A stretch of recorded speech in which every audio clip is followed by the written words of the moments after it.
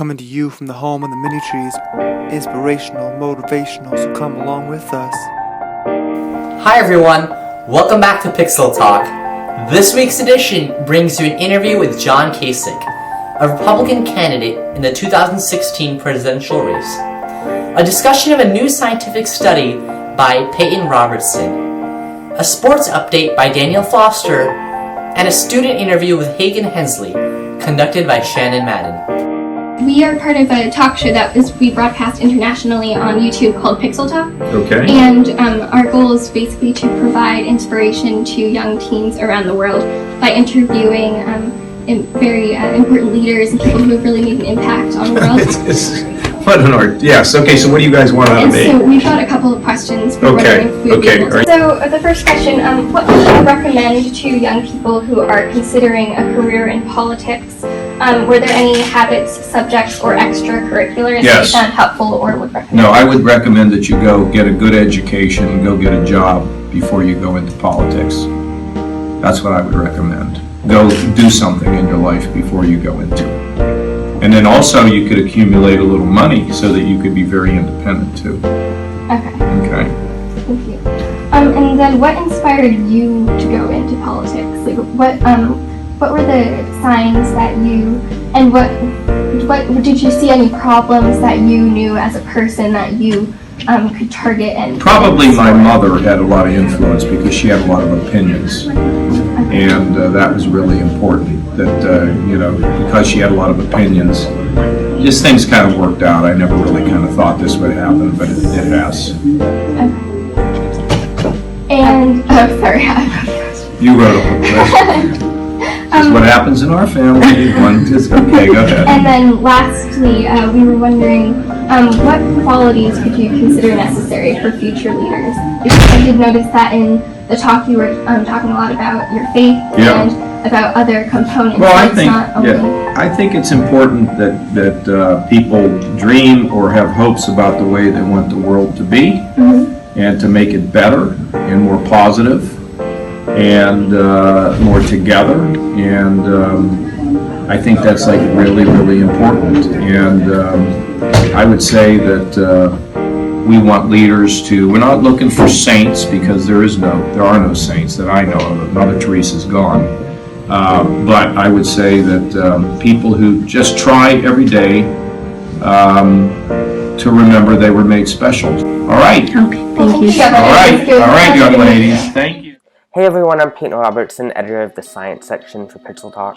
Today I wanted to talk a little bit about a fascinating new study that provided concrete evidence linking nuts to reduce the risk of colon cancer. And this is especially interesting because we've known for a while that colon cancer is influenced by diet. After all, partly digested food passes through your large intestine or your colon and affects the cells that line it. And if there's things in here that aren't so good for you, it could damage the lining of your large intestine or your colon, leading to mutations that might be cancers. Also, we've known that nuts are very good for you. They contain essential oils and nutrients and amino acids, all the things that a new plant would need, it puts into its nut. So this link provides the first real concrete piece of evidence linking these two things. And there hasn't been a lot of research done into colon cancer that hasn't been successful. The only way that you can know whether you have colon cancer or try to prevent it is by getting a colonoscopy, which is what people over 40 or 45 years old do every 5 years, where they put a microscopic camera into your large intestine. It's not a fun experience. You have to drink gross liquid beforehand so they can actually see. They look for polyps and try to cut them if they find them. So, especially if you have a family history of colon cancer, a way to prevent this or have to do a test less often, such as changing your diet or incorporating more nuts into it, can be really useful. So hopefully the research into this continues, and eventually we end up with a cure or at least a proper diagnosis for colon cancer in the future. Hey guys, it's Daniel, back with this week's Pixel Talk Sports Update. The NBA playoffs are now underway. The Golden State Warriors, coming off of a record-setting 73-win regular season, are the top seeds in the West, and the Cleveland Cavaliers are the top seeds in the East. Both of these teams are off to early leads in their first-round matchups, looking to potentially meet for the second straight year in the NBA Finals. Will the Warriors cap off the best season in NBA history with back-to-back titles, or will the Cavs, Spurs, or someone else stand in their way? In other NBA news, LA Laker Kobe Bryant played in his last game this past week, putting up an incredible 60 points in his finale against the Utah Jazz. The 5-time NBA champion, 18-time All-Star, and one of the best of all time, has officially played his last minutes on the hardwood. In other news, it's time to break out the peanuts and Cracker Jacks because baseball season has begun. It's early in the season, but the teams with the best record so far include the Chicago Cubs, the Washington Nationals, the Kansas City Royals, and the Baltimore Orioles. The Masters Golf Tournament took place earlier this month. After a rough back nine on the final day, defending champ Jordan Spieth lost his lead and Englishman Danny Willett charged ahead to win the coveted green jacket. In tennis news, the men played in Monte Carlo this past weekend and the women played in Bogota. Rafael Nadal won his 9th Monte Carlo title, while Arina Falconi won her first title on the WTA Tour. Finally, the NFL draft is right around the corner and teams are starting to make their moves. The Los Angeles Rams traded up in the draft to get the number 1 pick from the Tennessee Titans. They're expected to take a quarterback with that top pick. Will it be Jared Goff from Cal or Carson Wentz from North Dakota State? That's all for today. Hi, I'm Shannon Madden, and today I'm speaking with Hagen, an OHS student. Today we're going to be speaking about the Astronomy Olympiad. So Hagen, how did you first get involved in this competition?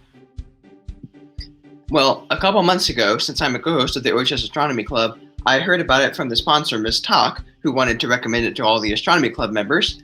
I looked up the website and decided that this looked like the kind of test that I could probably take and possibly try to do well in. And since then, I realized that I was right about that.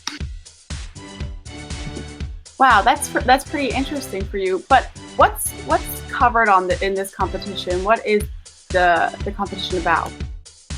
This competition is the Astronomy and Astrophysics Olympiad, so there are two big parts to it. In the astronomy, the main thing you do is learn about the layout of the sky and all the kind of things that are up there and how to observe with telescopes and stuff like that. But in astrophysics, there's a lot more mathematics and physics-heavy problem-solving kinds of things that are pretty similar to probably, say, AP Physics or AP Chemistry classes kind of material, except for the fact that there's no calculus involved. It's all high school level mathematics. So, Hagen, can you tell us what this competition is? Yes, the International Astronomy and Astrophysics Olympiad is an international competition that's been hosted for around 10 years, I think. It's in a different country every year. It has to be in one of the countries that has a team coming from it. Each team has 5 members, and there can be multiple teams from one country. The United States' team is very new. It's only been around for the last 4 years, and the U.S. team has established a first and second round test called the Astronomy Olympiad that qualifies people for the national team. If you pass the first round, you can get to the second round, and if you're on the top 5 in the second round, you can then get into the national team. And I was lucky enough to make the top 5 in the second round, so I will be going to India for the international competition this December. That's great. That's very impressive. It sounds like a tough competition. So do you have any advice for kids who might want to get involved in something like this? Yes, definitely. I'd say the way the material is presented is very similar to, say, AP Physics or Calculus or Biology, Chemistry, Science classes. And so much of what you have to do well is not just memorize various facts about space or anything, but know the mathematics and problem-solving techniques used to solve astronomy and astrophysics problems, such as spherical trigonometry or light flux and things like that. And if you study up on the problem-solving methods, you can probably do very well on this test.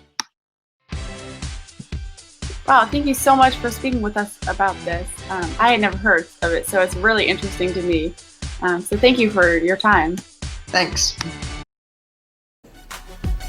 Thanks for watching. Until then.